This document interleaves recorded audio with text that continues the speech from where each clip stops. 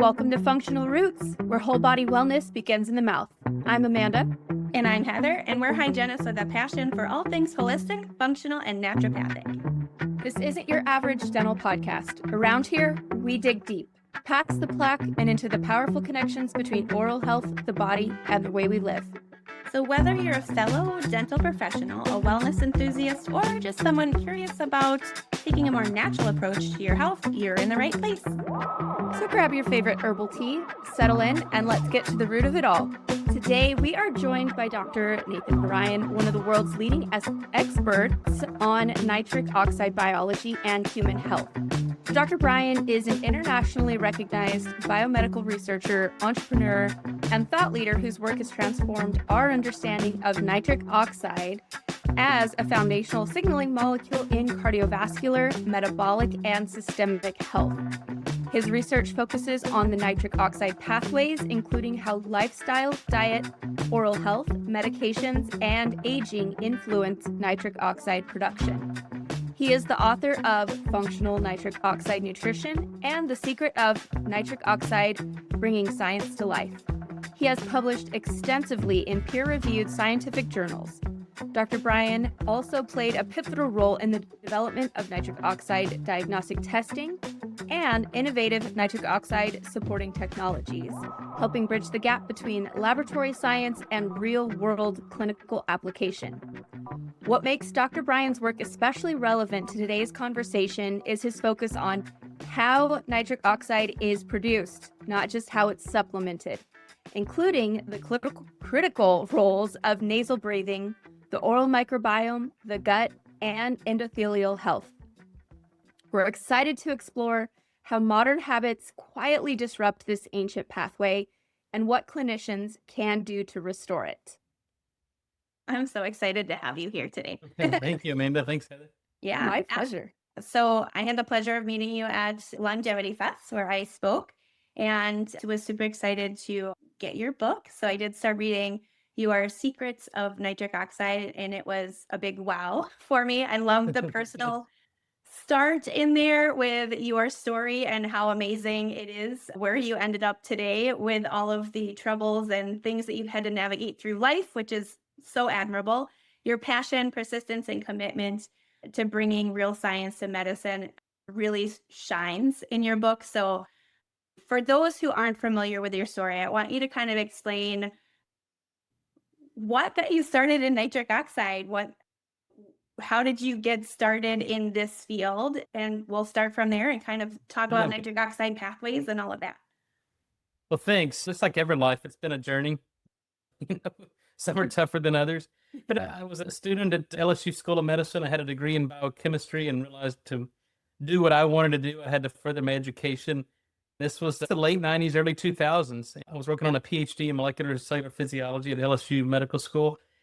And this no science of nitric oxide was unveiled, a Nobel Prize in 1998. And, Lou Ignarro, one of the guys who shared the Nobel Prize, came to LSU in Shreveport and gave a lecture on his really discoveries and what led to his Nobel Prize. And I was working under a pharmacologist that had been in the nitric oxide field for the previous 20 years. And it struck my interest. And, we knew it was a critical molecule, but we really didn't have methods to detect it in biological systems.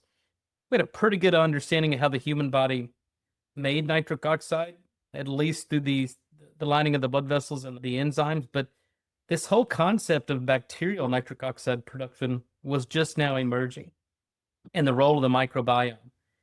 And so, once we figured out how to detect and quantify nitric oxide in biological systems, and I think most importantly, understand when nitric oxide is produced, where does it go, what does it become, and how does it signal? Because this gas, when it's produced in the body, it's gone in less than a second. So that really piqued my interest on, this was a new paradigm in cell signaling. And Lou, I had a dinner with him that night, and I remember like it was yesterday. He goes, Nathan, if you can figure out how to restore and recapitulate nitric oxide production in humans, it'll change the world. Because we're finding, even 25, 26 years ago, we knew that the loss of nitric oxide was really the earliest event in the onset and progression of chronic disease. So that was my journey, and I finished my PhD in 2.5 years. I trained in Boston then for 3 years, and then I took a professor of molecular medicine position at UT Medical School in Houston recruited by Fred Murad, one of the other guys who shared the Nobel Prize. So, it's been a journey. I've been trained by the best and brightest in the field, and I'm proud of the discoveries we've made, but we still have a lot of work to do. Yes, absolutely. And I was just honestly looking over your website, like the amount of research articles, books, publications, speaking engagements, podcasts that you've been on is just incredibly impressive. Like your background is just incredible is the only word I can say. And it's just incredibly impressive with the breadth of knowledge that you have. And I just truly appreciate your time and experience and what you're going to share with us today. So as far as questions, I'm just here to listen in on anything you want to tell me. Gosh, with all of the things So let's start first. Like, what is nitric oxide? Because I work in the oral microbiome space. I work with bristles, so I'm talking about nitric oxide all the time. There's a lot of clinicians that know about it, and there's a lot that don't know anything about it. Right. So in lieu of just kind of simplifying, can you just explain the nitric oxide pathway so it really clicks for those who are kind of new to the concept? What is nitric oxide? Kind of just lay out a foundation of why it's important, the different pathways that we utilize for reduction, because there's a number of different pathways. We'll kind of break those down in a little bit, but just give us a base foundation of nitric oxide. What is it and why is it important for oral or systemic health? Because you've been researching it for cardiovascular health, insulin resistance and diabetes and cognitive health, and now it's kind of making its way into the oral space. So it's a big deal and we should all know about it, but sort of break down what your findings were, why it's so important to focus on for you as a doctor for cardiac health, but also for us as dental practitioners. For sure. Well, look, the Nobel Prize was awarded because of the discovery of nitric oxide as a signaling molecule in the cardiovascular system. So it's how cells in the body communicate with one another. But it was first recognized as a vasodilator, meaning that when it's produced in the lining of the blood vessels, it relaxes the smooth muscle. So we improve blood flow and oxygenation to every organ, tissue, and cell in the body. But today we know that it's much more than a vasodilator. It suppresses inflammation, it inhibits oxidative stress, it reverses immune dysfunction that we see in chronic disease. But it mobilizes stem cells. It's the signal in our body that tells stem cells to mobilize and differentiate so we can repair and replace dysfunctional cells. It activates the mitochondria in our cells so we become more energy efficient and produce more energy even with less oxygen. And it activates an enzyme called telomerase, which prevents the ends of our chromosomes from getting shorter, or the telomeres. So we know that shorter telomeres, shorter lifespan, longer telomeres, longer lifespan. So everything we know about health, longevity, human optimization is dependent upon the body's ability to produce nitric oxide. So then if all of that is true, then what I thought was the fundamental question is, well, how does the human body make this molecule? And then once we understand that, then what leads to a loss of its production? Because you can't really address any of these from a medicine or product technology standpoint until you understand the natural production and what's leading to loss of its production. So there's two primary pathways. There's an enzyme called nitric oxide synthase. And this enzyme is found in most cell types. It was first discovered in our endothelial cells. So that's where a lot of the early vascular work was done. But this enzyme metabolizes L-arginine, which is an amino acid, into nitric oxide. Then you get L-citrulline as a byproduct. And it's a very complex, what we call 5-electron oxidation reaction. So this is oxidation and reduction, right? Oxidation is a loss of electron, reduction is a gain of electron. So it's basic biochemistry. So once this molecule is produced, it binds to an enzyme called guanylyl cyclase, creates cyclic GMP, second messenger system. So this whole signal transduction is now very well elucidated. And that's the second control of blood flow. So when we want to recall where we left our keys, we have to increase blood flow to the prefrontal cortex. If we're about to be intimate, we have to increase blood flow to the pelvic regions and the sex organs. And all that is predicated on the ability to produce nitric oxide. And what we're finding is that enzyme becomes dysfunctional over age. And it's mainly the Western diet and lifestyle. It's a high sugar, high carbohydrate diet. It's some drug therapy, things like proton pump inhibitors, cholesterol lowering medications kind of disrupt the enzyme. And then as it relates to dental medicine, probably in the late 80s, early 90s was begin to discover the bacteria, the microbiome, right? The bacteria that live in and on our body are there to do certain things. And in about, I guess, 20 something years ago, we and others started discovering the oral microbiome through tongue scrapings and seeing if we could culture some of these nitrate reducing bacteria. And what we found was that if you had a healthy oral microbiome and a higher diversity in the microbiome, then blood pressure tended to be more normal. And then other studies came out that if you took mouthwash and stringent antiseptics like chlorhexidine and even alcohol-based mouthwash, Listerine, things like that, that it destroyed the microbiome, decreased nitric oxide production, and blood pressure went up. And that was a really drastic shift in paradigm in terms of regulation of blood pressure. Because the cardiologist and vascularologist would go, how is the oral microbiome involved in regulating the dilation of resistance arteries to control systemic blood pressure? And that connection is nitric oxide. So now what we're finding is that alcohol-based or antiseptic mouthwash destroys the microbiome, decreases nitric oxide production, blood pressure goes up, you actually lose the protective benefits of exercise. And then things like fluoride, which is a known antiseptic. It's used in dental rinses because it kills bacteria. It's put in the water supply because it kills bacteria. But it kills the bacteria in and on our body too. If you're bathing in it, you're cooking in it, you're drinking the water. And then obviously things like chlorhexidine, stringent antiseptics. So the whole point here is that now that we understand how the human body makes nitric oxide, what's required for these pathways, we just got to give the body what it needs and remove from the body what it doesn't need and let the body do its job. That's our job. I have a side question, really curious. So yesterday they just came out with the updated food pyramid. We are all excited about. I'm curious about your take on that, Dr. Bryan. No, look, the science, I mean, it's a joke. The food pyramid for the past 30 years has been a joke. Yes. And I think it's what's leading to this pandemic of obesity and metabolic disease. It's because we're following the wrong advice based on it goes against the science. We know that sugar, simple carbohydrates, anything that leads to an increase in blood sugar, sugar is sticky, right? Glucose is glue, as the name implies. It sticks to things. It sticks to proteins, sticks to enzymes. It sticks to hemoglobin. That's what we measure as hemoglobin A1T. It's the amount of sugar that's stuck to that protein. And when you understand protein chemistry and enzymology, these proteins have to undergo conformational changes. But if you glue them together, they can't do their job. To deliver oxygen, hemoglobin has to undergo a conformational change. If too much sugar is stuck to it, it can't. And that's why diabetics have poor tissue oxygenation, poor healing wounds, diabetic macular degeneration, retinopathy, neuropathy. You can't oxygenate the tissue. But that sugar it sticks to nitric oxide synthase.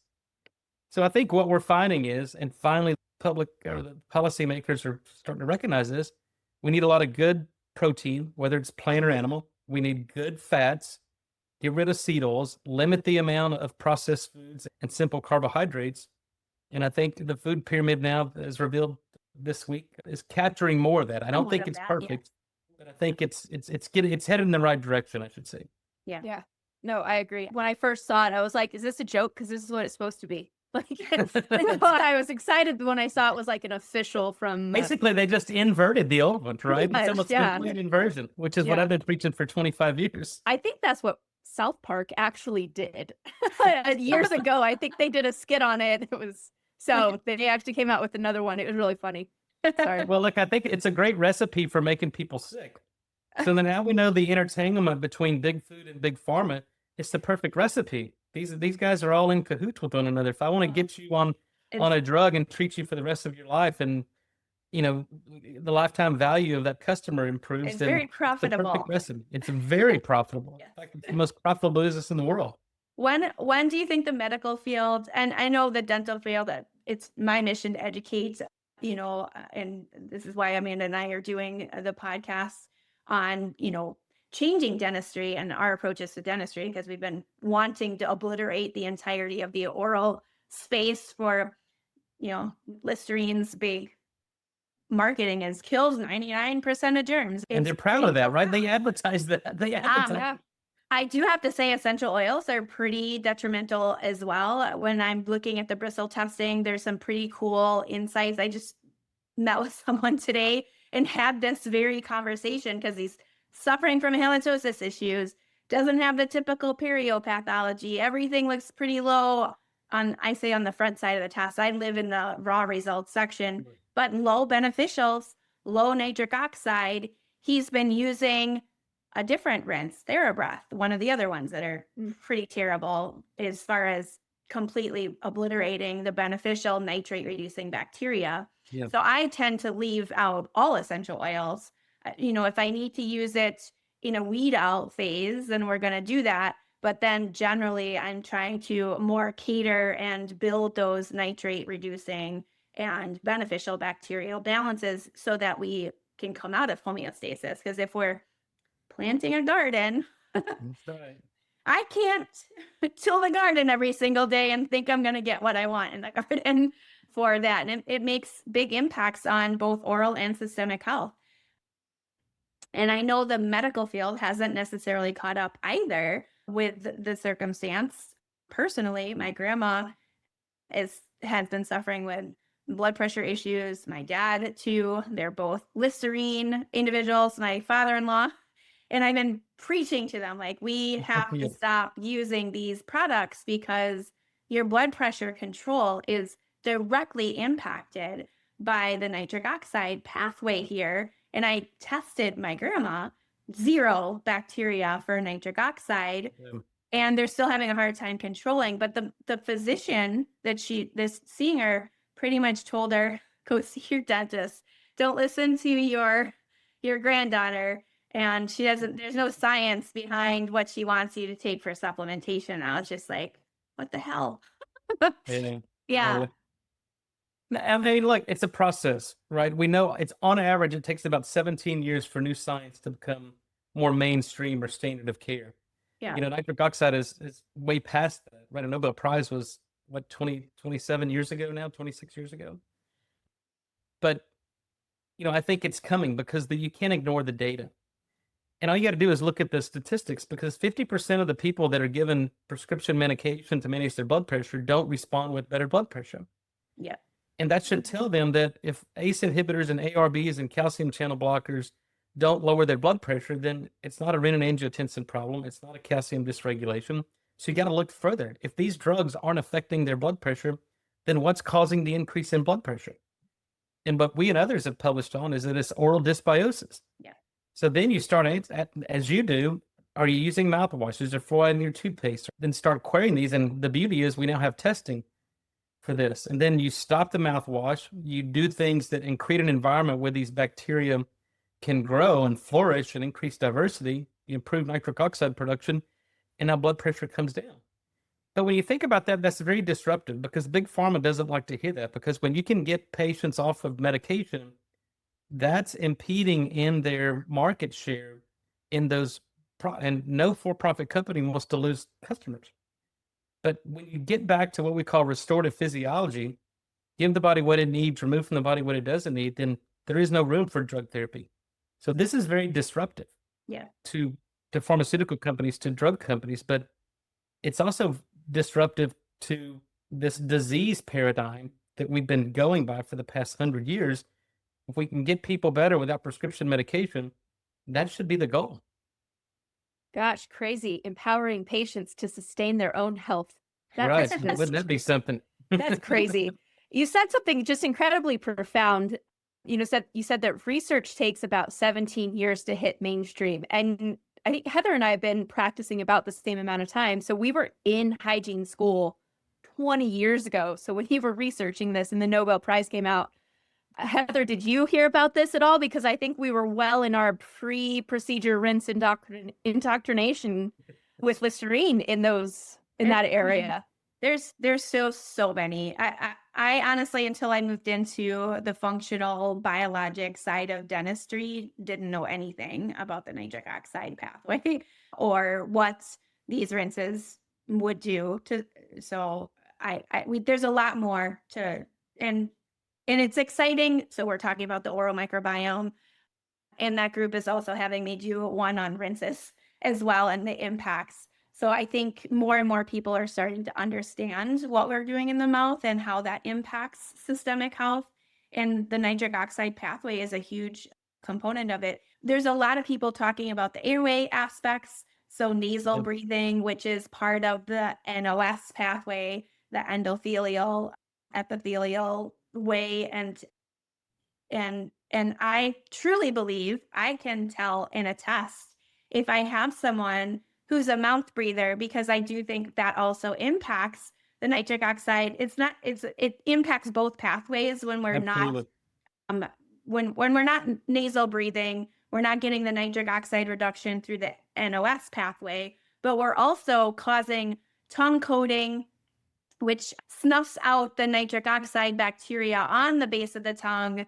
And then I get Orobacterium sinus, which is postnasal drip, also in the oral microbiome. So those are like little key things that I can read, and I'm like, oh, I have a mouth breather. I know exactly what I need to do. I have to make sure that we fix the airway and contain dry mouth issues, have them tongue scraping, and not overuse antimicrobials, and start to make sure they're eating efficiently so I can build those nitric oxide bacteria up. So there's like certain cues even in the test that I can read that I know why all of that fits in. So nasal breathing is so important, not just for the NOS pathway, but it severely impacts the oral microbiome by snuffing out the ones that are our backup system for nitric oxide reduction.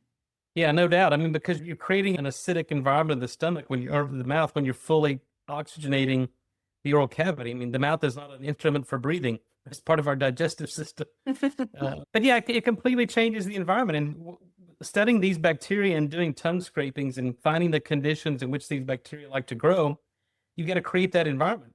And if you disrupt that environment, then they can't. Hey, friends. Heather here with Functional Roots Podcast, and I'm incredibly excited to share some really cool news. For the past few years with working with Bristle, I've had so many practices, dentists, hygienists who are asking this question: where do I get trained like you on the oral microbiome? And I'm super thrilled to announce that I have been taking the leap into creating a new space. So my website, heatherkenneyrdh.com, is now live, and I'm gratefully collaborating with Janice through Den Credits to bring you PACE certified CE through courses that are available now on my website. This platform is designed not only to educate, but also be a community, a place where we can support each other through CE courses, webinars, and eventually I'm hoping to have a membership hub. My vision is to create an ongoing community where we can gather for open microbe nights, where we can share discoveries, discuss clinical cases, and keep an advanced conversation on the oral microbiome and oral systemic health. So I'd love to have you check out and join in and be a part of the next step of expanding biologic dentistry education. So please visit heatherkenneyrdh.com. It's now live and ready to educate and share. Grow, and mouth, as you said, beautifully, mouth breathing completely disrupts that ecology. So I wanted to talk, like the NOS pathway, you kind of talked about that with the endothelial, and we sort of touched a little bit on the nitric oxide and how the oral microbiome works. But can you walk us through the nitrate or the nitrate pathway, the oral microbiome, but there's also a gut component? How does the gut play a role? Like, I have a good oral microbiome, nice bacteria there, but I don't always have nitric oxide there. And I know I have some GI things that I'm working with, a functional nutritionist, but people are on PPIs and antacids. Like, how does the stomach also play a role in that nitric oxide reduction? Well, the stomach is probably the most important part of our entire digestive and gastrointestinal system. So when we talk about this nitrate being reduced into nitrite and nitric oxide, so nitrate is, we get it from the diet, primarily green leafy vegetables, but it's also produced endogenously. In fact, this goes back to the 1970s when it was first realized that mammals actually produce nitrate endogenously. And so the nitric oxide, when it's produced, it binds, it reacts with oxyhemoglobin and forms inorganic nitrate, and then it's reabsorbed in the kidneys. It's concentrated in our salivary glands. And so every time we're salivating or secreting saliva, we're secreting nitrate, and then these bacteria, these nitrate-reducing bacteria, perform this 2-electron reduction of nitrate to nitrite. And this is very important because humans do not have this capacity. Humans do not have a functional nitrate reductase enzyme. We don't code for it in our DNA. So everything we know about, or the nitric oxide we're getting from this oral pathway from diet, is dependent upon the oral microbiome. So if you don't have the right oral microbiome, you've decreased your nitric oxide production by at least 50%. So that's just the first. Number one, we have to make sufficient nitric oxide in the lining of the blood vessels, or we have to get it from the diet. And then you have to have the right oral bacteria. But then what happens is then our saliva is enriched in nitrite. And so that's the product of the 2-electron reduction of nitrate. Now, every time we swallow our saliva, we get a burst of nitric oxide gas in the acid environment of the stomach. So I'll take you back to your college chemistry. The pKa of nitrite is 3.4. And what that means is at pH 3.4, 50% of that nitrite is going to become protonated and produce nitric oxide gas. So now every time we swallow our saliva, the nitric oxide is being produced in the lumen of the stomach. And that's been shown to kill things like H. pylori, the ulcer-causing bacteria. It kills other foodborne pathogens. It prevents gastric ulcerations from chronic NSAID use. It enhances gastric mucosal blood flow. So now you're going to get better absorption of things like calcium, iron, B vitamins, iodine, selenium, chromium, all these nutrients that are absorbed in the acid environment of the stomach. So again, 3 steps there. You must have sufficient nitrate, you must have the right oral bacteria, and you must have stomach acid production. So if you're not doing all 3 of those and not accounting for all 3 of those, then you become nitric oxide deficient. The big culprit is the antacids, specifically the proton pump inhibitors, the Prilosec, the Prevacid, things like that. Because when you inhibit stomach acid production, you no longer get nitric oxide. It leads to an increase in asymmetric dimethylarginine, which decreases nitric oxide production through the NOS pathway. So proton pump inhibitors completely shut down the body's production of nitric oxide. And they're very, very dangerous drugs. In fact, they're not just dangerous, they're deadly. Because there's now data showing that people who have been on PPIs for at least 3 years have on average about a 40% increase in heart attack, stroke, and Alzheimer's. And we know to explain that mechanistically, we know it's because they're completely shutting down nitric oxide production. But it goes beyond nitric oxide because we need stomach acid to break down proteins into amino acids. Humans are never designed to assimilate plant proteins or other animal proteins into our human proteins. So the body's designed to take those proteins, break them down into the constituent amino acids, which stomach acid is absolutely required for that. And then we take those amino acids into the cell and we make human proteins out of them. But if you can't make stomach acid, then what happens is we get undigested peptide fragments that are released into the duodenum. You get leaky gut. Now they're absorbed across the gut and you develop antibodies against them because the body sees it as a foreign antigen. And that's the basis for foodborne allergies. It's the basis for autoimmune disease. And then when we look at acid-base balance, the duodenum, the exocrine pancreas, has to get that acid load in order to secrete sodium bicarb from the pancreas. If we're never getting acid into the small bowel, then we don't secrete sodium bicarb and we develop metabolic acidosis. And that sets the stages for cancer and metabolic disease. So as a biochemist and physiologist, if I wanted to make you chronically ill, the first thing I would do would inhibit stomach acid production. Second thing I would do would get your cholesterol below 200. And then I'd put fluoride in your drinking water. And that's the perfect recipe for chronic disease. And there we go. There's the American medical system. I was just going to say, that sounds like the AMA and the ADA That's policies. Yep. That's awesome. Thank you so much for clarifying that because I am there's so many people who are put on proton pump inhibitors for life. And I'm like, let's try to find an alternative medicine practitioner so you can get to the root of the problem as to why we have acid coming up in the opposite direction and fix the actual issue so that we don't, because we need to be able to uptake everything, but it absolutely affects every part of the downflow of health downstream when we're impacting the stomach. Yeah. No, I mean, I don't understand it other than it just creates a customer for life. That's the only rationale you can think of by intentionally suppressing stomach acid production. Nitric oxide is part of phagocytosis. It's part of a whole bunch of different functions for immune system responses. too. I kind of talk about that need, kind of going back to the endothelial cell and, the integrity of the tissue in oral health. So bring it back to the mouth, right? We need nitric oxide in the mouth for healing. One, we'll go back to the stem cells. If we're doing scaling and root planing and we're expecting good healing, we need good blood flow. We need the stem cells. We need the mitochondria there. We need phagocytosis to happen for the bacteria that are left behind, which nitric oxide plays a role in all of that.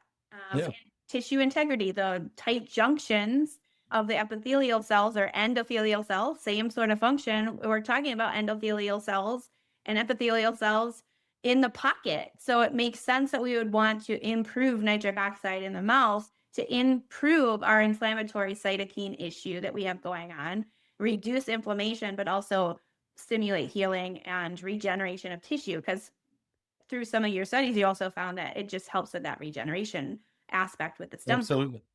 Yeah. Yeah, no, I think that the interesting thing about bacteria, most pathogenic infectious bacteria are sensitive to nitric oxide.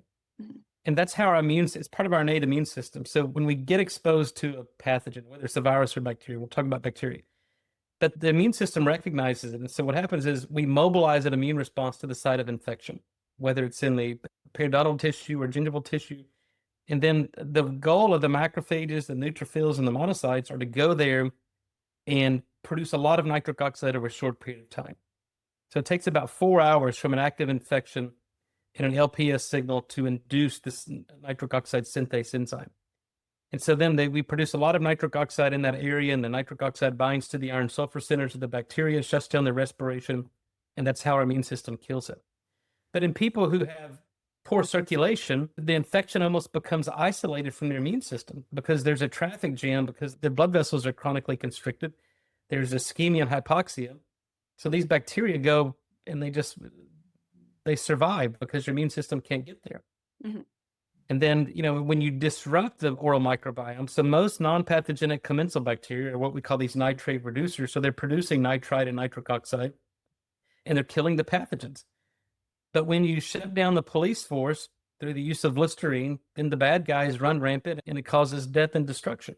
So we have to reinforce. And so my goal in, learning about this from the dental community probably 20 years ago was, I understand there's pathogens, right? Dental professionals have to deal with oral pathogens. But rather than throwing an atomic bomb in the mouth like they've been doing for the past 100 years, how do we selectively kill the pathogens while improving the diversity and creating an environment where we don't have the collateral damage of killing the commensals? And that's really the beauty of nitric oxide, because that's the differentiator. So, we created a nitric oxide friendly toothpaste. We're creating a nitric oxide friendly rinse to selectively kill the pathogens, but to improve the non-pathogenic commensal. So once we deal with the pathogens, now we just create an environment where the good guys, these pathogens can never show up again. They're opportunistic. And if we don't provide an opportunity for them to grow and repopulate, then we're surveilling the terrain, and, we have good oral health, and, we swallow the bacteria in our saliva, and that helps colonize the gut bacteria. But you can't have good gut bacteria or good microbiome without having good oral microbiome. Yeah, and you can tell in oral microbiome testing, even with the beneficial in the nitrate reducer ones, there are some that are anaerobic in nature. So I can start to see the shift towards a more anaerobic pathogenic happening, even when we're not quite there yet, just by looking at who is prevalent, even in the good bacteria. If I have more of the anaerobes that are thriving, usually with those tongue coating, I have the anaerobes there, but not a lot of the aerobic ones. I use oxygen a lot of the time. So I'm using ozone, the power of oxygen, and nitric oxide and supplementations and food to help build. I wanted to ask you, I was reading your book this morning, and you studied Chinese medicine, which I absolutely loved, how you kind of tied the qi practices and herbals and being more on the holistic side and polyphenols. You had a tiny little picture of the herbs that you said help with nitric oxide, and I took a picture of that and I tried to blow it up and I couldn't figure out what herbs. So which herbs or polyphenols did you find help with supporting nitric oxide production and balancing. And are those the polyphenols that you put in your toothpaste? I'm gonna kind of be a little controversial. There was tea tree in your toothpaste, and I was kind of like, oh, why did you pick that? Because I usually try to stay away from tea tree. But and I've made some of your recommendations because I think it's awesome for your toothpaste. But and the rest of the herbs I didn't really have a problem with, but the tea tree was like, broad spectrum antimicrobial. Tell me about the herbs, the Chinese medicine research that you did. What's helpful that we can put in the diet for herbs that in America we would have availability? I know Amanda's a huge green tea and what are some of the polyphenols that we should be staying away from? Did you look at some of that aspect? Let's lock into that a little bit. Well, I'll tell you how I got into this. I received an email from a cardiologist who was trained in China, but he was working as an interventionalist here in the US, and he had read some of my papers on nitric oxide. And his question was, does some of the Chinese medicines that they've used for thousands of years, and they use them for thousands of years because they work. The problem with no one knows really a singular mechanism of how they're working. That's why they've never penetrated into the US market in terms of prescription therapy, because this one target, one drug model doesn't work for TCM. So he had funding. So he came in as a postdoctoral fellow and spent, I guess, 3 years in my lab. But his first project was, I told him, I said, go to a local acupuncture shop and bring me herbs you would use to treat a patient with hypertension, hyperlipidemia, post-infarct patient, kind of things that we knew nitric oxide would affect. And so he brought back probably 10 or 12 different herbs in their raw form, as what the picture, and we published that, I believe, in 2011. So I can send you the reprint, the paper. But some of them, we had a nitric oxide analyzer, a gas phase analyzer. We could create conditions. We would put the herbs in the reaction vessel, and some would release nitric oxide with very predictable decay kinetics. And then when we combined these different herbs, we could quantify the synergy that had been described for thousands of years simply by their ability to produce nitric oxide. So the combination, the most potent combination, was Danshin and Borneol, and they've used those in combination because those were the ones that seemed to potentiate the effects of nitric oxide. So when we published that paper, we became very famous in China. Once that paper hit the press, I was flown to China, and I think I gave 7 lectures in 6 cities in like 7 days or something, all across China. And Yao Ping became a chair of medicine at Guangzhou University in the south of China. Because we had provided a scientific explanation for things they'd been doing. So we basically validated what the Chinese medical system had been doing for thousands of years. But then I went to a pharmaceutical company in China, and they gave me the finished product of the Danshin that they had created for the treatment of hypertension. And then I kind of smuggled some of what was called the Hybrix concentrate of that they used to make the finished product in my suitcase, and I brought it back to the lab. And the finished product didn't produce any nitric oxide. Mm-hmm. The Hybrix concentrate, the natural product, produced a ton of nitric oxide. So the manufacturing process and going from that, really heterogeneous mixture of the plant to the finished compressed product, you lost the activity. Interesting. And so that's what we're seeing today in finished products, whether it's beet powder, which is completely inert. People think that beets are nitric oxide, and the most beet powders on the products provide no nitric oxide activity because, again, it's number one, there's a lot of things. It has to be the soil conditions, the time of harvest, the drying process, and use of fertilizer or not. But to get back to your question, there are a lot of things that we identified, and then we wanted to make a product out of that. But there was so much variability in how they grow these products in China, the different regions of China, and there was too much variability. So we couldn't use them to get a consistent product. Okay. But I think if you look at the literature, certainly the green tea extract can activate. It's not, again, the epicatechins in that can activate and stimulate nitric oxide production, but only if that patient has a functional NOS enzyme. Okay. Awesome. Yeah. Thank you. Yeah. Then I get to the tea tree. So we tested a lot of these because, there's a lot of things that we have in some of our products that I'm not a big proponent of, but to achieve the end goal, number one, it has to produce nitric oxide, create an environment where nitric oxide can be produced, and it has to taste good. Yeah. Right. And so it has to be palatable.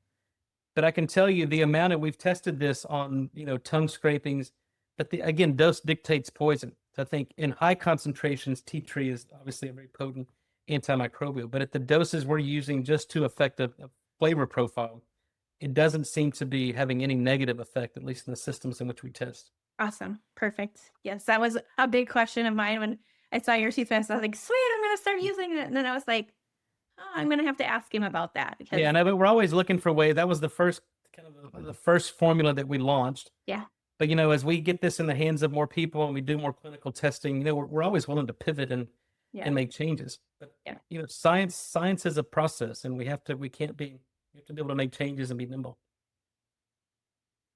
Amanda, do you have any questions yet? I do. Yeah. Yes. Sorry. I'm the clinical hygienist here. And so I don't work in a biological office. I'm a biological hygienist. So I get to kind of, there are those patients that want more natural things, that are looking for alternatives, that, there's a very few amount of patients that I can say nitric oxide and they know what I'm talking about.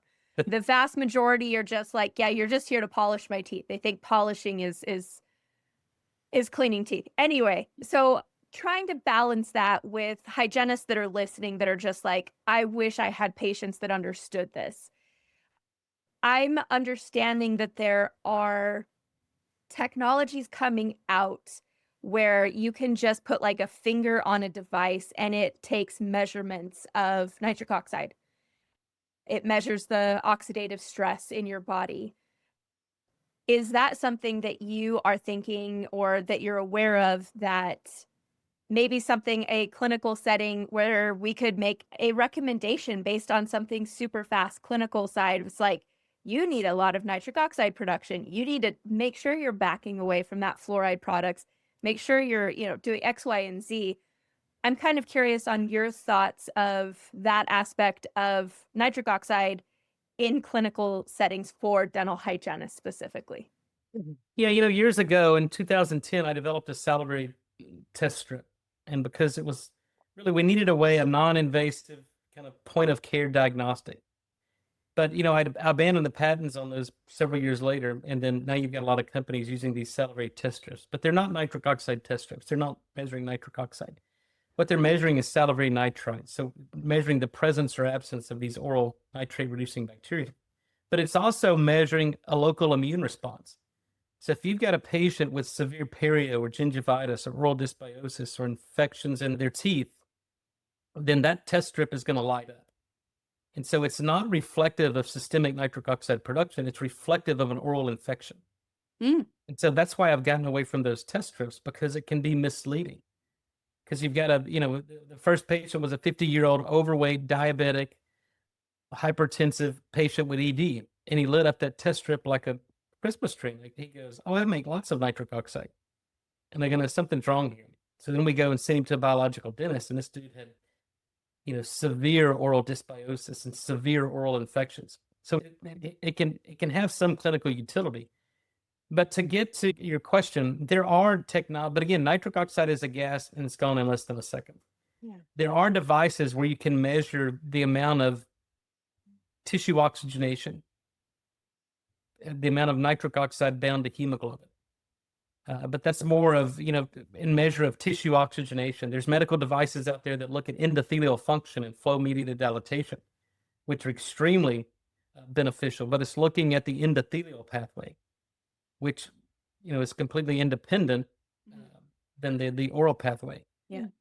But, there's still technology being developed. I'm organizing and hosting the International Nitric Oxide meeting in Austin in April 23rd through the 25th.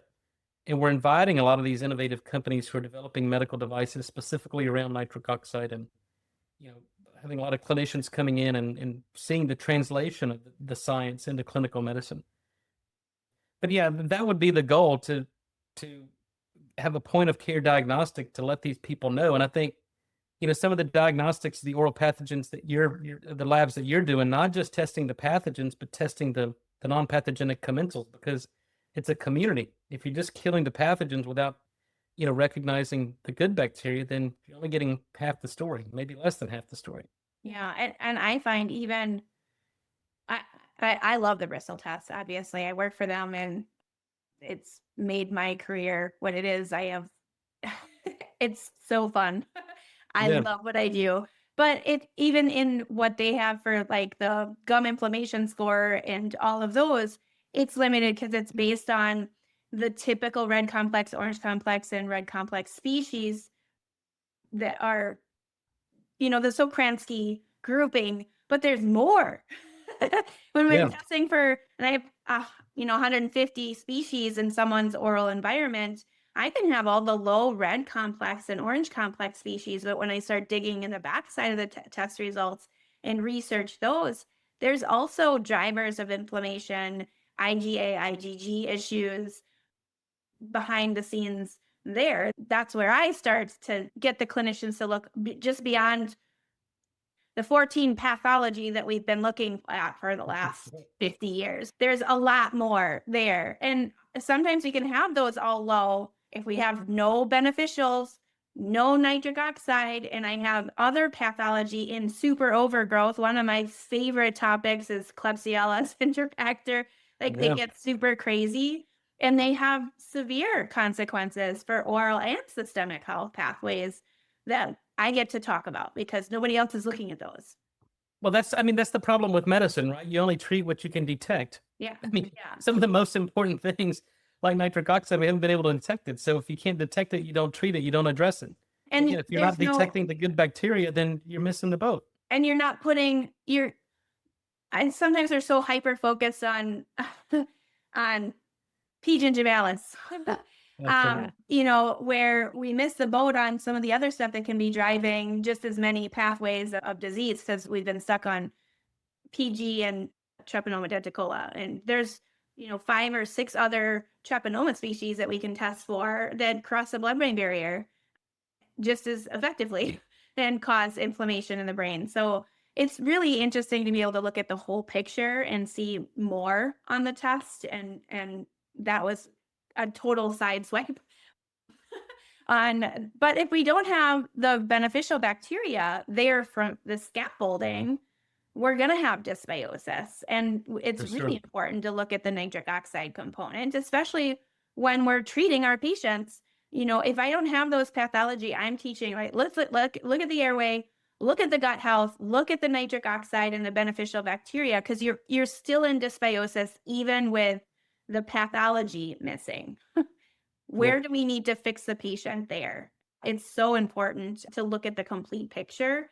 And I feel like it's just a new wave of science kind of moving into. Well, I believe that hygienists and dental professionals are the most important people in medicine. Because if you look at the history, cardiovascular disease is still the #1 killer of men and women worldwide. Mm-hmm. And hypertension is the #1 driver for the #1 killer. And 50% of the people don't get better with antihypertensive medication. So if you can start to address and restore normal oral hygiene, and we've known for 100 years the oral systemic link, people with poor oral hygiene, higher incidence of heart attack, stroke, all-cause cardiovascular mortality. The data have been there, so it's now time to put into practice what we've known for many, many years and decades. And it all starts in the dental chair. It's having that conversation, looking into not only what pathogens they have, but what's the good ecology, what's the good microbiome, and then change that, see their nitric oxide improve, see their blood pressure improve, and eradicate cardiovascular disease. The fact that this remains the #1 killer is unacceptable. Yeah. We know what causes it, we know how to diagnose it, and we know how to treat it. We just put it into practice. It's very profitable not to. Yeah, that's the quiet part. There's no money in cures, I can tell you this. I want to go back to the nitric oxide strips for just a second and just kind of dumb that down a little bit. I'm going to repeat and see if I'm correct on what you were saying, because I do use the nitric oxide strips because that's what everybody's telling us. And when I'm supplementing people, if they're low, then so I would like to revisit that conversation and just recap. So it increases, nitric oxide is present when we have inflammation. That's one key information that we need to recognize. So if we're test stripping somebody and they're super high, we need to look at that in context to inflammation in the mouth and infection, because the nitric oxide may be present there because the neutrophils and macrophages are doing their job. Exactly. Correct?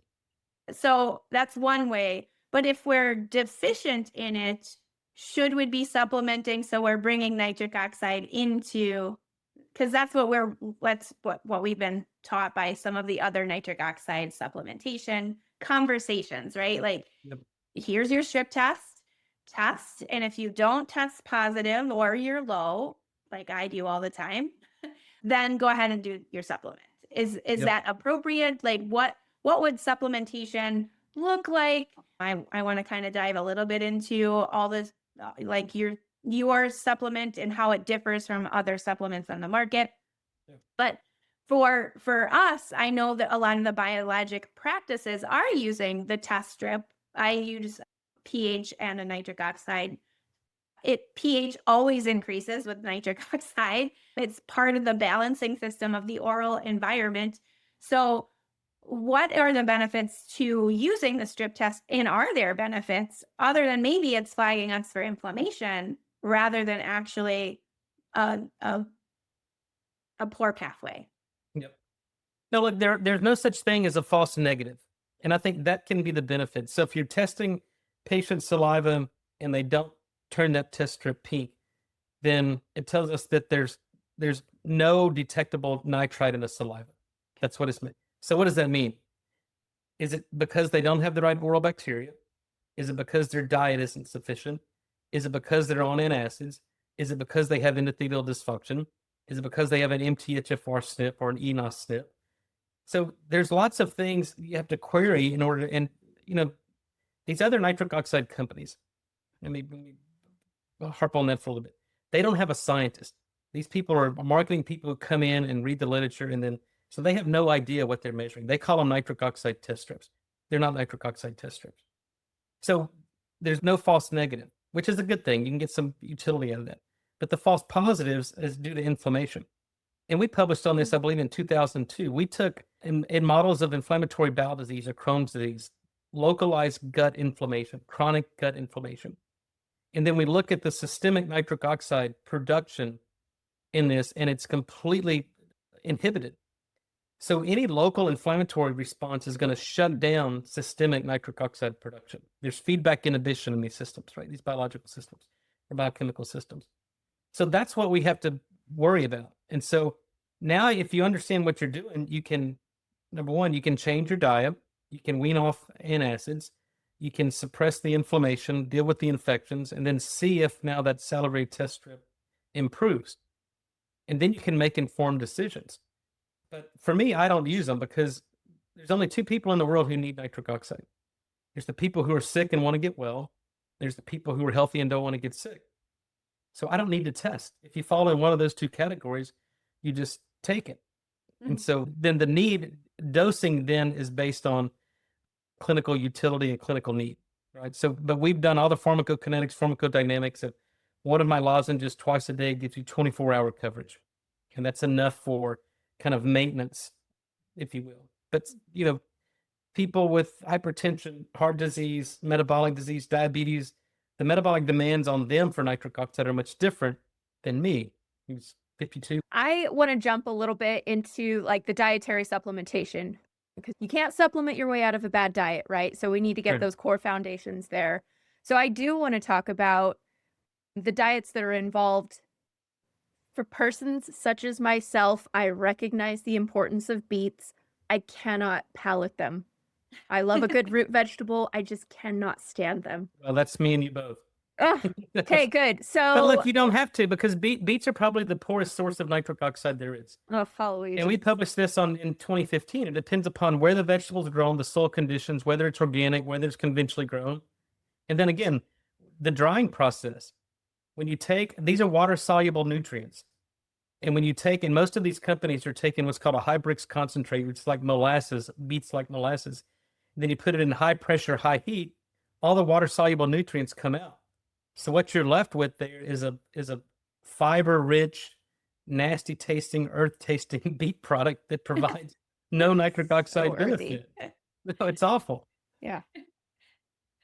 Yeah, it's interesting because I went to one of our naturopath stores that they have like all these, and I always go into the supplement section, and I was looking at their nitric oxide, and I know there was one there that I tested because I've had someone be like, I want more natural. I don't want this. And Yeah. I bought it and I tested like with the nitric oxide strips. I do respond, with certain products, and I got nothing out of it. It was on his shelf and I was like, that doesn't do anything, right? But he had all the things that you're talking about, the beetroot powders. And I asked him why he wasn't carrying your product, over, and they're all like the holistic side of it. But let's talk about the different supplements, what's in them, how they're working, how is yours different? I want to talk about food, like she doesn't like beets. I personally love beets, but arugula is supposed to be good. Arugula's delicious. So leafy greens, super important in that. But how can we support through diet the nitric oxide pathway, even if we don't like beets? And I want to talk about bacon. Yeah. Yeah, well, look, the foods, it's very difficult to predict or even know if you're getting enough nitrate in the foods you're eating, like arugula or beets. And we tried to answer this in 2015. This was a study in collaboration with Texas A&M Department of Food Science. We went to 5 cities across the U.S., and we bought arugula, spinach, celery, cabbage, lettuce, I think. Brought it back to the lab. We extracted the nitrate, and then we analyzed it. And what we found was there was as much as a 50-fold difference in the amount of nitrate in celery grown in Dallas or New York compared to Chicago or Los Angeles. So it depends upon the soil conditions, the amount of lightning storms, because lightning fixes nitrogen in the environment, and whether it's conventionally grown vegetable or organic, because organic, to get an organic label, you can't add nitrogen-based fertilizers to the soil. Without nitrogen, there's no nitrate. Without nitrate, there's deficiency of other minerals and vitamins in that food. So it's nearly impossible, especially people who eat organic diet because they won't want herbicides or pesticides, to get enough nitrate in your diet to lead to any appreciable nitric oxide production. So that's one. Number two, if you're using mouthwash or fluoride toothpaste, you could eat kale, beets, arugula till the cows come home. You're just going to pee it out, you're going to poop it out, and you're going to sweat it out because nitrate is inert in humans. And if you're on an antacid, you're not going to get the benefits of it. And 2 out of 3 Americans use mouthwash. 2 out of 3 Americans use over-the-counter antiseptics. 200 million prescriptions written for antacids every year. 200 million prescriptions written for antibiotics every year. So you're completely inhibiting the nitric oxide benefits that one would normally get from your diet. So it's nearly impossible. It's ideal if you can do it, but it's nearly impossible. Okay, let's talk about bacon. Bacon. Yeah, there was in here. Yeah, bacon makes everything better, right? You're not wrong. I had a patient who I was talking about the nitric oxide pathway, and he's carnivore. And he was like, and you know that I can eat bacon, and because it has sodium nitrate in it. And I was like, oh, and I looked it up and I was like, yeah, that's going to help you. So I feel like bacon and the processed foods with the sodium nitrate that's present has been demonized and said that we're not supposed to eat those types of things. I personally love bacon. We make our own venison sausage. So does sodium nitrate assist in the nitric oxide pathway by any chance? No, it is. These are salts, and it's the same molecule at the end of the day. When you put them in solution, they dissociate, and it's inorganic nitrate or nitrite. But yeah, so it's not processed food. It's not processed meats. Processed means that it's different from its natural form. So hamburger meat, ground beef is processed, but it's not cured. Yeah. So sodium nitrite is a curing agent. It's used in, lunch meat and bacon and ready to eat meat products. And the reason that it's required is because nitrite, which has been used for thousands of years, right? But then we use sea salt and put it on the carcass of animals long before refrigeration was invented. And it preserved the meat. It prevented bacterial overgrowth. So, over 100 years ago, they started using, saltpeter or potassium nitrate. And they used it because most of the time the carcass had surface bacteria on it, reduced the nitrate to nitrite. Nitrite would bind to the heme iron of myoglobin, and that's when you get the nitrosyl heme pigment of cured meat.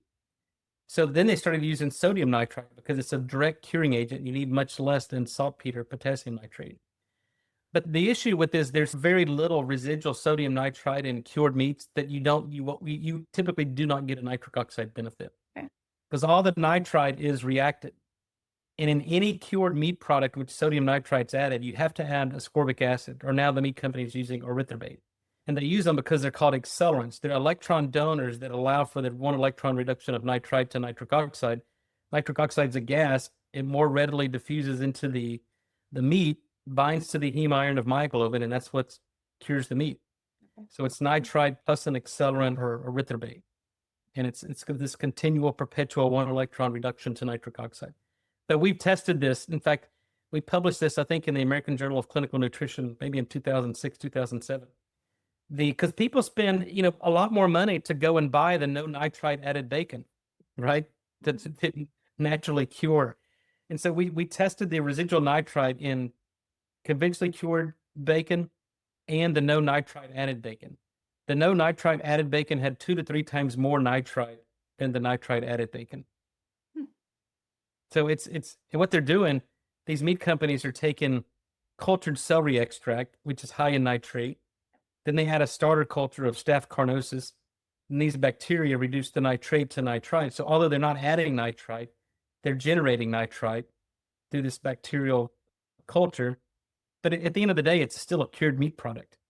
But the shelf life isn't as good because you never get the efficiency of a consistent efficiency of reduction. And then you still have residual Staph carnosus in that meat product, which probably not a good thing, but who knows?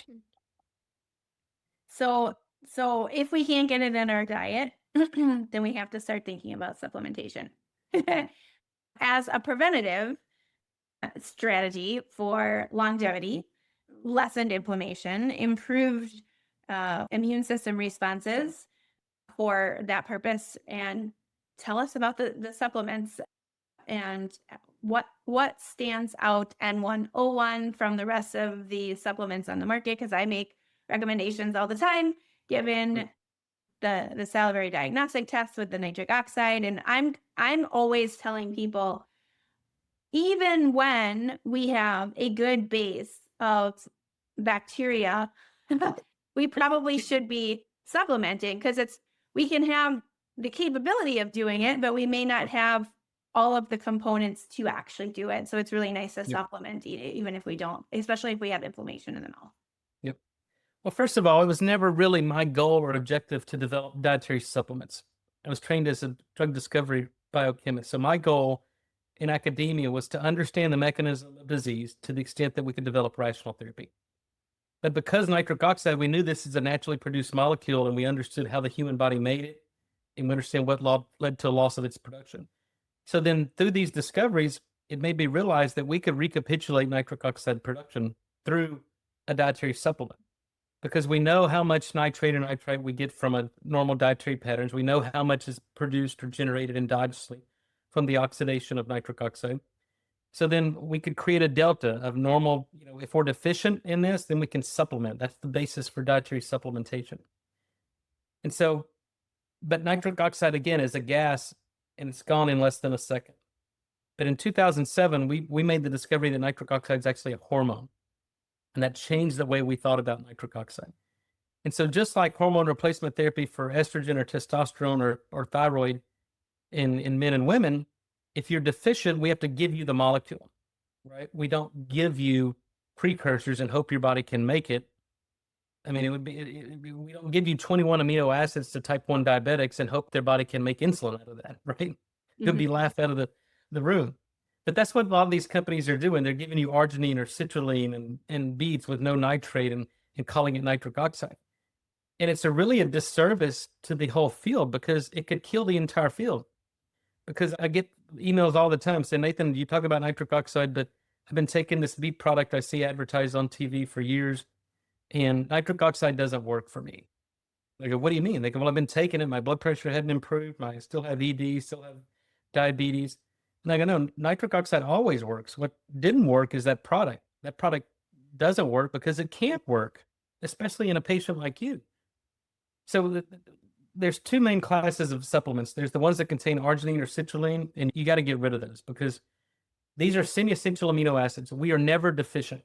So if you're never deficient, you never need to supplement. So that's an easy litmus test for me. If I see a product with arginine or citrulline on the label, that company has no idea what they're doing. They don't understand it. And I'm just going to clarify for the grouping. So the L-arginine is the NOS pathway. That's right. So that's the endothelial cell. It becomes deficient after the age of 40 and decreases. So then we become more reliant on the nitrite pathway in the oral microbiome. Yep. Just wanted to recap that.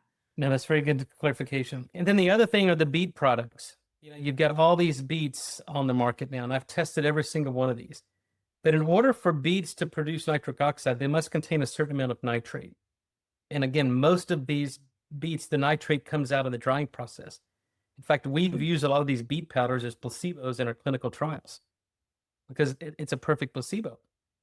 And then you have to have a certain amount in that. So then there's these companies putting beets in gummies or chews, and just the numbers don't work. You cannot get enough in that little bit there to stimulate any production.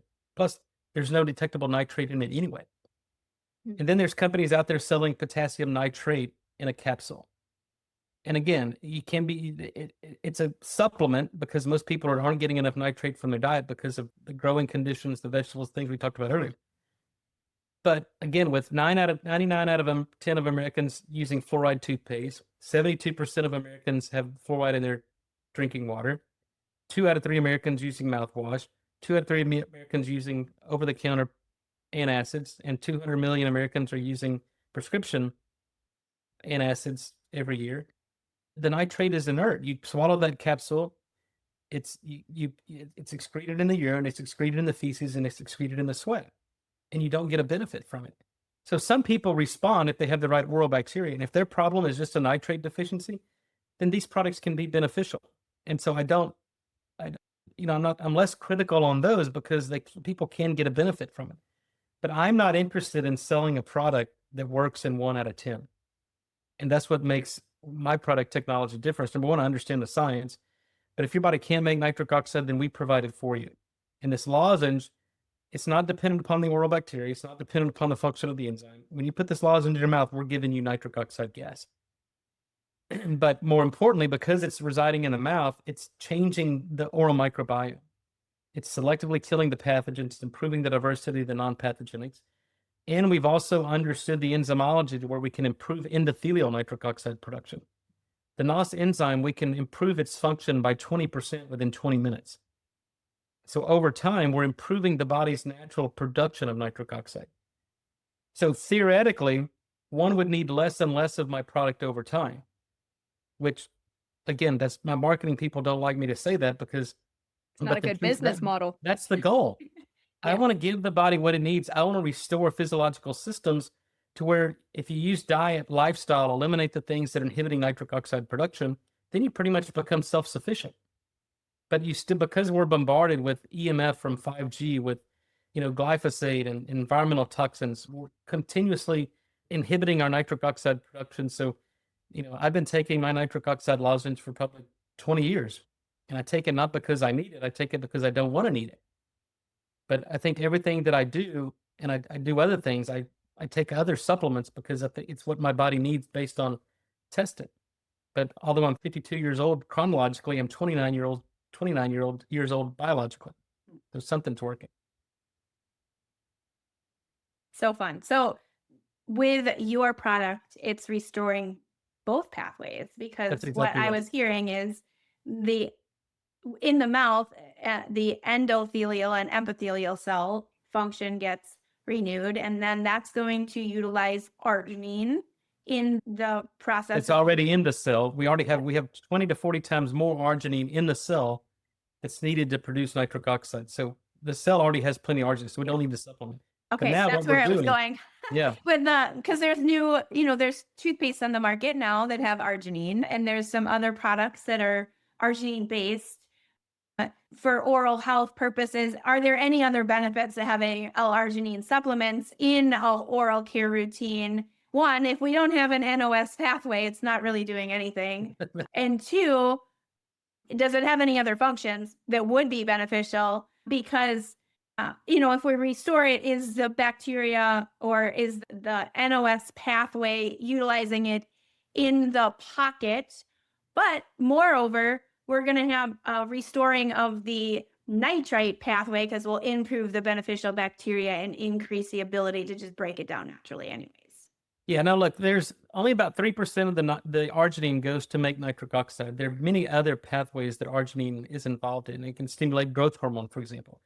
But if you overdo it, if you give too much arginine and the body's exposed to too much arginine, bad things can happen. Number one, you can upregulate an enzyme called arginase, and it diverts it away from nitric oxide production because you start to get to nitrogen imbalance and you just excrete it. It goes through ornithine and urea and you just excrete it out. But it's also can be very dangerous because in 2006, the Journal of American Medical Association, in a clinical study, patients were given high-dose arginine versus placebo in patients who just had a heart attack to try to improve their nitric oxide production and improve post-infarct mortality and the function of the heart. And what this study demonstrated was that the patients who got the arginine had higher morbidity and higher mortality. So giving excess arginine to these patients killed them more so compared to the placebo. So in that study, it was recommended do not give L-arginine to patients who've had a heart attack, post-infarct patients. And then the next year in 2007, in Circulation, it was reported that the same thing happened in patients with peripheral artery disease. You get patients with PAD, high-dose arginine, they get worse. Quality of life gets worse. Intermittent claudication gets worse. And so L-arginine should not be recommended in anybody with endothelial dysfunction. So I don't take, look, we get arginine from the breakdown of proteins into amino acids. And we published a paper in Nature Medicine in 2010 showing that the arginine that goes to make nitric oxide is already in the cell. It doesn't use extracellular arginine. So again, there's no need to supplement. If there's no benefit and it's all risk, then you don't do it. And there's a correlation with increased arginine supplementation in herpes simplex outbreaks. For sure. Yep. So if we overdo arginine supplementation and someone has herpes simplex, we'll have more outbreaks of the herpes virus. And there's the arginine L-cysteine connection with that from what I'm understanding. I'm not a scientist as deep into the conversation as you are, but that's one thing I am always super careful if I know someone has any of those types of things. But I'm kind of seeing maybe there's not even a point to utilizing. Yeah, there's no that. point. Again, it provides no benefit. Yeah. And if something provides no benefit and there's some risk associated to it, it's not. You just don't do it. Yeah. Thank you. Amanda, do you have any questions? No, I just want to make sure that we're respectful of time. Yes, This has been a phenomenal conversation. You have just such a great, obviously with your background, but just a great grasp on just the whole concept and just very practical applications, and just how you present things is just very, very interesting. So I just want to kind of give you a last opportunity to either make a statement, let our viewers know where they can find you next, where they can find resources, obviously your website, of course. Yeah. No, look, I encourage everybody to read the book. In this book, we talked a lot about what we talked about is in the book. It's kind of describing what nitric oxide is, what it does, why you should be concerned with it. And then really the intermixing of the personal story and the journeys and the discoveries we made that really changed the way we think about nitric oxide. But, I encourage everybody to get educated, get informed, to subscribe to my YouTube channel, Dr. Nathan S. Bryan, Nitric Oxide. Follow me on Instagram, Dr. Nathan S. Bryan, LinkedIn. And for product information, it's n101.com. But we're saying we're developing this. I haven't abandoned my original mission of developing drug therapy. So we've got drugs now, nitric oxide-based drugs for heart disease, for Alzheimer's. We make a topical drug for diabetic ulcers, and we're going to continue that, move those technologies into clinical practice, because I think it's still important for physicians and dentists to have a safe and effective medication that they can write a prescription for their patients to get them better. And that's what differentiates us is we go through the same rigors with our supplements as we do drug therapy. We demonstrate that it works. We've tested other products and demonstrate that they don't work. In fact, some of these companies have sued me personally because I've revealed that their products don't work. But that should be the standard. And I think once people understand what this molecule is and how it works and what they can do to change their diet, lifestyle, improve the oral hygiene, and improve the natural production, their health will improve. Amazing. And if anybody wants more information, Dr.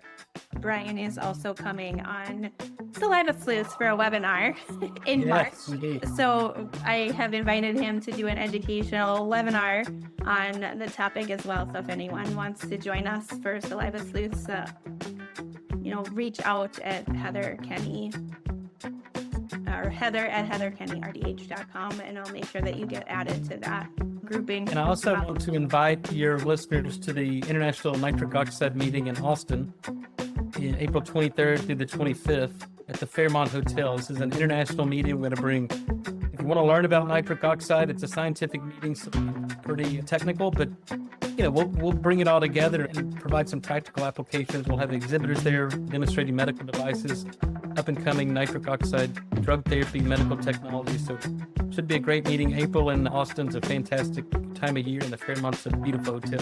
I'm gonna have to look that one up. no2026.com. Excellent. Perfect. Found it. I'm gonna take a look for sure. I really enjoyed Longevity Fest. So it's so fun to marry dentistry with medicine. There were so many great conversations. Obviously, this came out of it. So super thankful for you taking the time then and today and in March when you speak for Saliva Sleuths as well. I look forward to it. Well, thank you, Amanda, and thank you, Heather, for all you're doing. Keep up the good work. Thank you. You as well. Thank you. Take care. All right. Thanks.